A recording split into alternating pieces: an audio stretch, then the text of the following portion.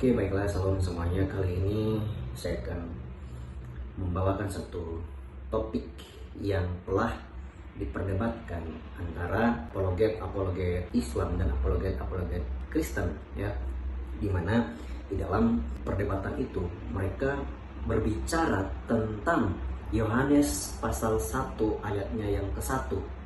Di situ mereka mau mencoba mengartikan bahasa asli dari penulis kitab Yohanes ini, mencoba untuk merevisi autograf dari kata theos ke arkantos atau arkontas, ya. Kita simak video berikut. Yang benar, Pak. Pada mulanya firman theos pahami dengan arkantos. Bapak-bapak yang di Tritunggal, kalau membaca Yohanes 1 ayat 1, pada mulanya adalah firman, bahasa Yunaninya theoso. Pahami theos itu arkantos, Tuhan, baru benar. Pada mulanya Tuhan bersama-sama dengan Allah, Tuhan dan Allah adalah Tuhan adalah Allah. Wes itu benar sampai akhir Alkitab benar. Tapi begitu Anda memahami pada mulanya firman theos ini pikirannya Allah. Theos ini apalagi apapun lah ya. Nabrak ayat Alkitab 2000 tahun nggak paham ini orang Tritunggal itu Yohanes 1 ayat 1.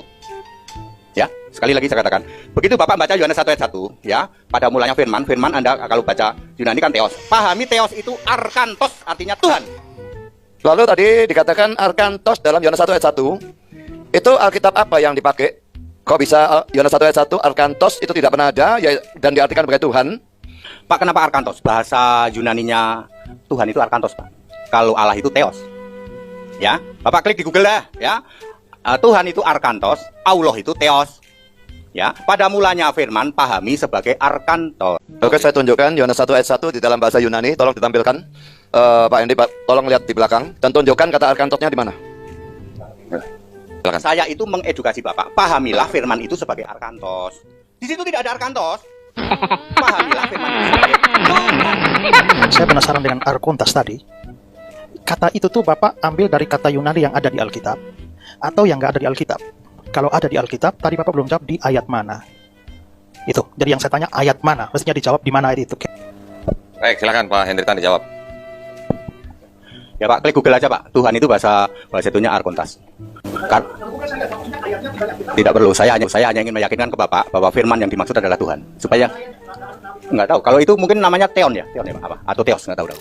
Kita sudah melihat dari perdebatan itu antara Henry Tan dan penanya, yaitu Ezra Soro, dimoderatori oleh Dondi Tan.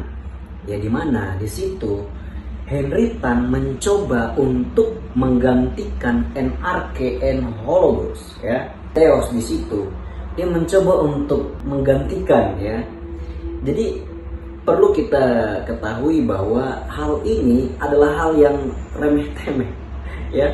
Saya katakan remeh-temeh. Kenapa? Siapa Anda, Henry Tan? Anda itu siapa? Orang Kristen? No. Yang diakui sebagai apologet? Enggak. Bagi kami, pemahaman Anda itu masih pemahaman yang dangkal. Kenapa? Anda mencoba, ya, menggantikan kata theos di situ dengan kata arkantos atau arkontas, ya. Bahkan disuruh cek aja Google. Loh, terlalu banyak terjemahan yang dipakai untuk Allah itu, ya. Makanya kembali ke bahasa aslinya.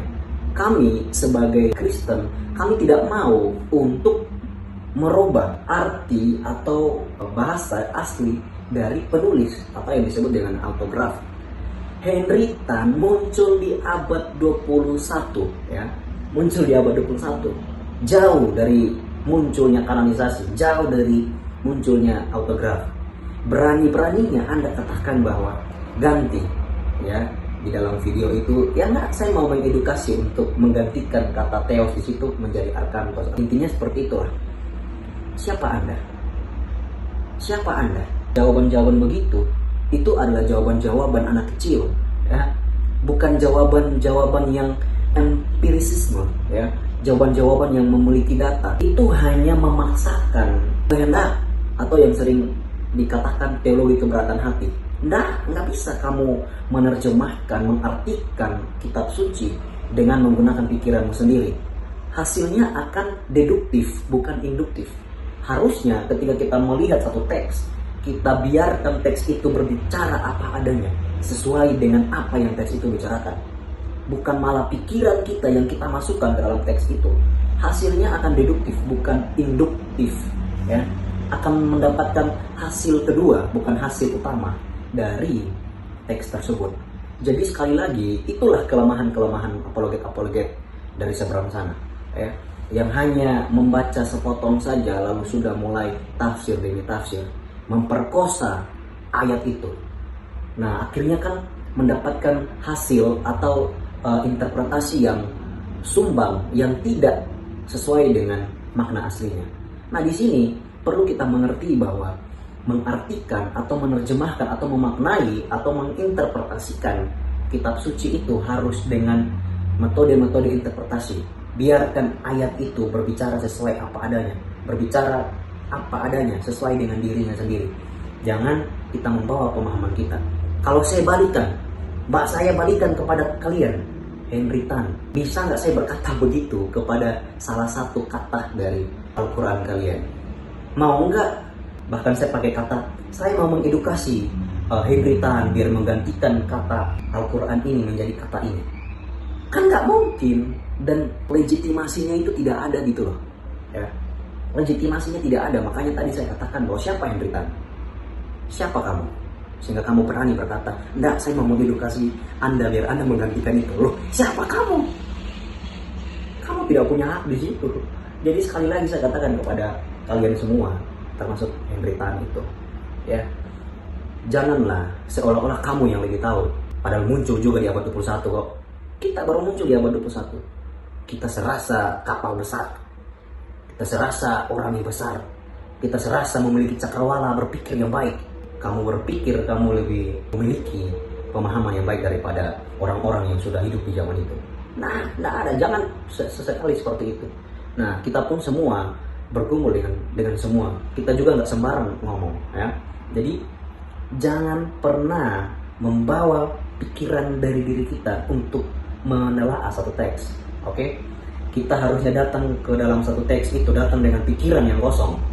Biarkan teks itu berbicara apa adanya, dan kita pun menerima maknanya dengan apa adanya, sesuai dengan teks itu bicarakan. Tidak ada embel-embel pikiran yang dipaksakan. Oke? Itu sedikit dari saya. Thank you. God bless.